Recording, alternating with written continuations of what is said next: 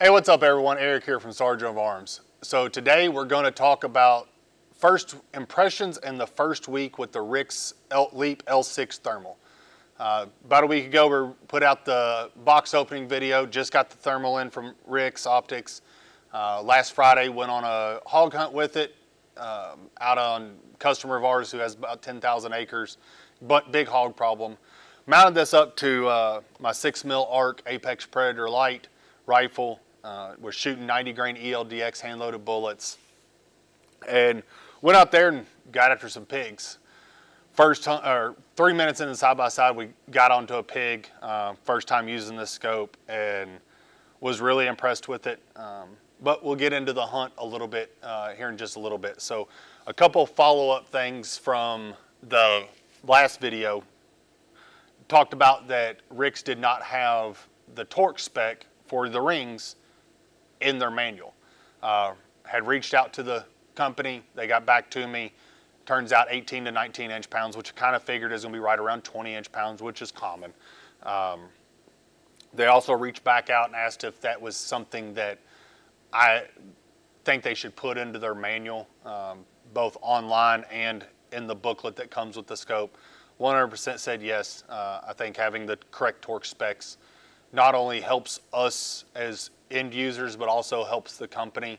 If someone goes and just wrenches down on scopes and it's like, and it's sitting right there in the manual what the torque spec was, you just crushed your scope, and they can't be mad at the company because they did something stupid. So hopefully that will be getting put into their online manual really soon, and then newer version of the newer optics coming out, hopefully we'll have that in the paper manual that comes with the scope. The scope rings that come with it, just not impressed with them. I don't think they're a good quality. I've got some more testing to do with them, but I'm gonna just test it on the range. I'm not gonna end up using those for hunting at all. So not a knock on Rix. I appreciate them trying to give people something, but not a good, I wouldn't trust them. Also, another thing that I learned the hard way is that this scope, because of how fat this bottom area is right here, requires a 1.7 inch or higher mount. I know in the box opening video I talked about I was going to drop it into a Bobro mount. Went to do that, it's a 1.5 mount, it did not fit. Bottomed out right here on the bottom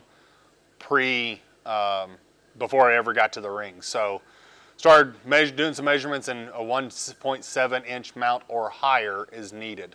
That is one thing that I kind of wish they would change. Most thermals, well actually all thermals that are this style, the adder, the bolt, the thermion, they all fit in 1.5 mounts.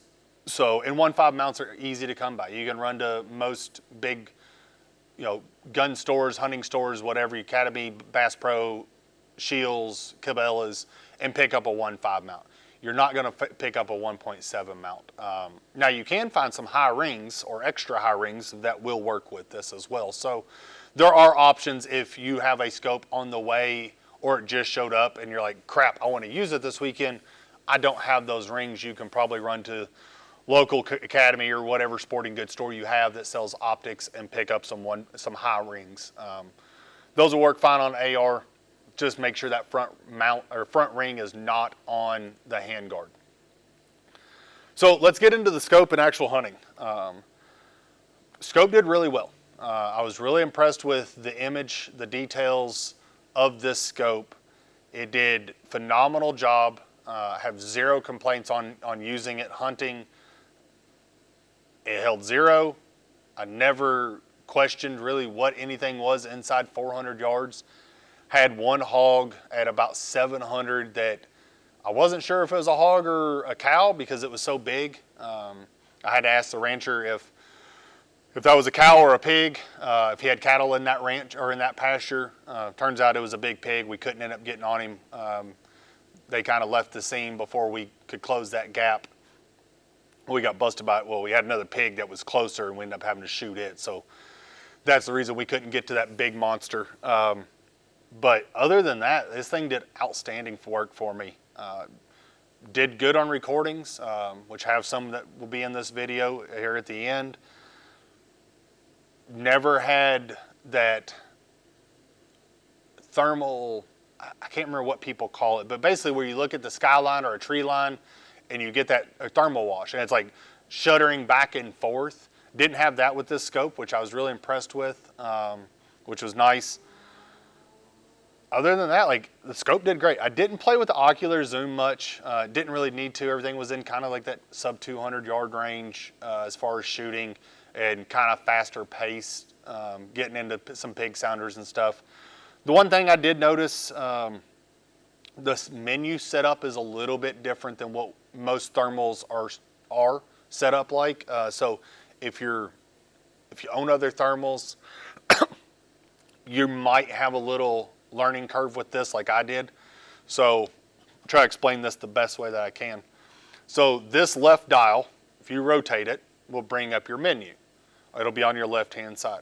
And that's how you scroll up and down that menu, highlight whatever you want, and then this one you scroll and it'll pop that menu open. And then you can scroll around with that. If you have, I think the only one I saw was reticle color, was over on the far right, and that's what you use your right dial for.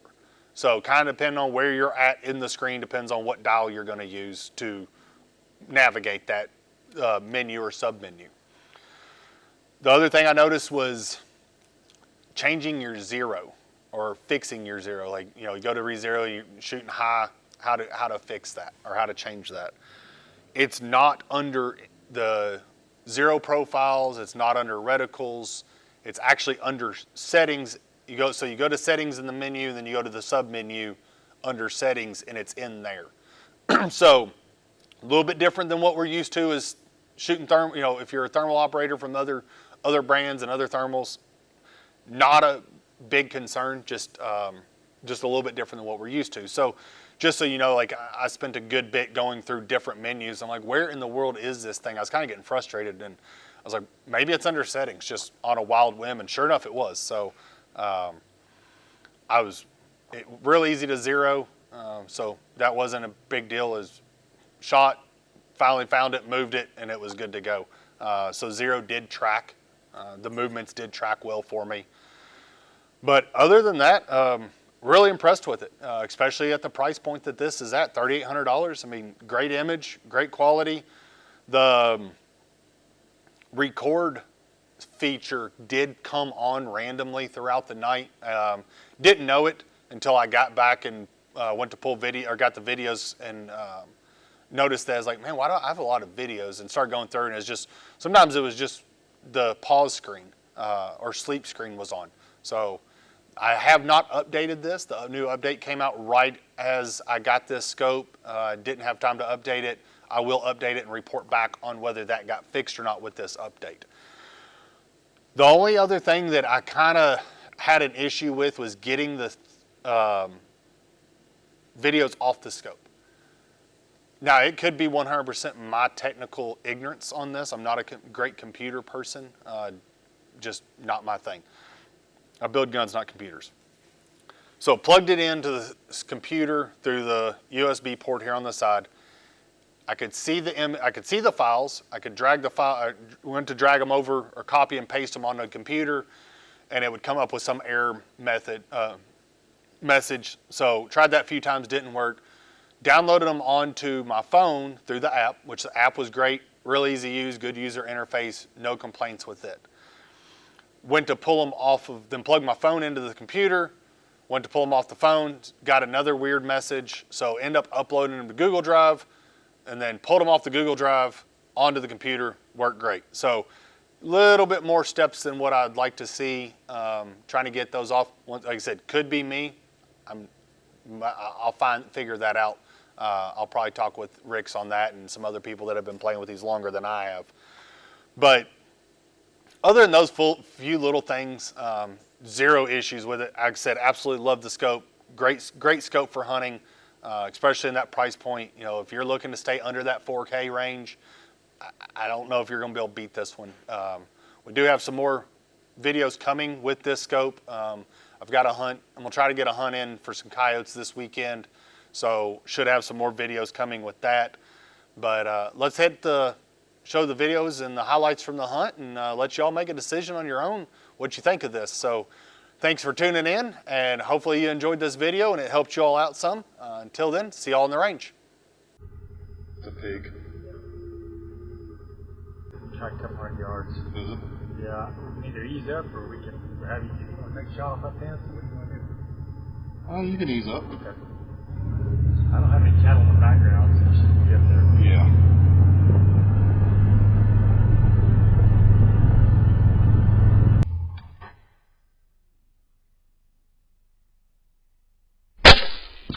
Got him. Mm-hmm.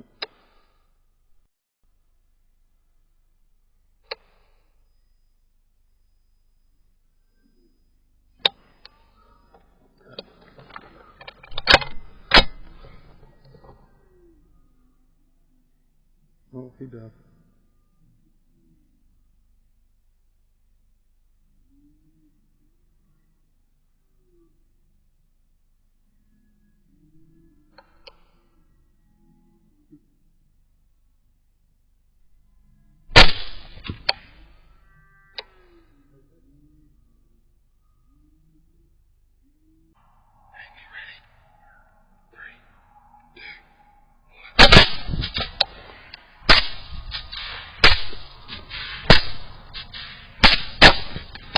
I dropped that one.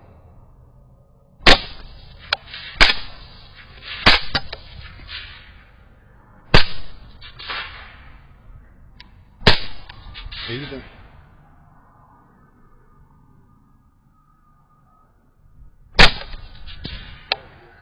He done.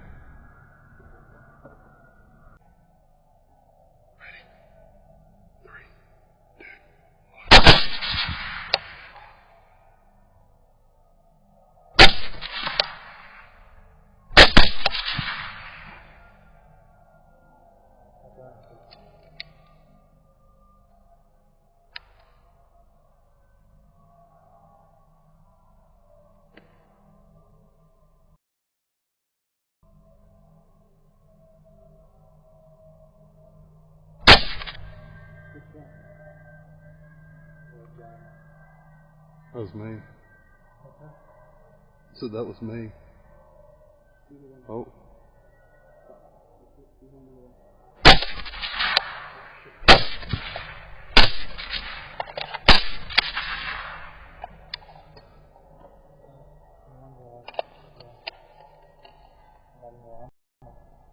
I'm out of him. I ran it out too. What's that? I said I ran out too. Yeah, put him down. Run.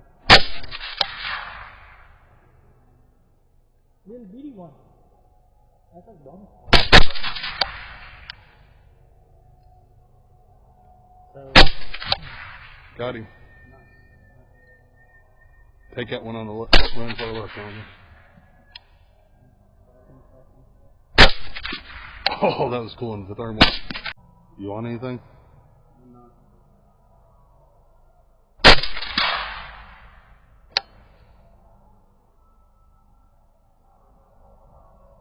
You got him moving.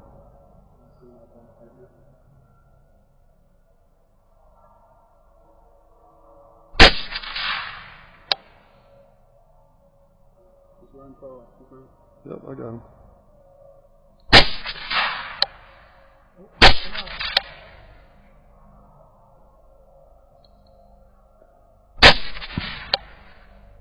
Sucker puck. I got the one on the left.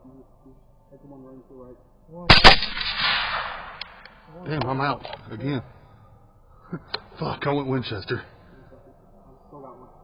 Boss, pop. That was a good shot. Hit him again. He's running. I got him. He's coming, cutting back right. Yep, there. Okay. He's on the right. He stopped. Oh, he died. Yep. He gone. Hell yeah.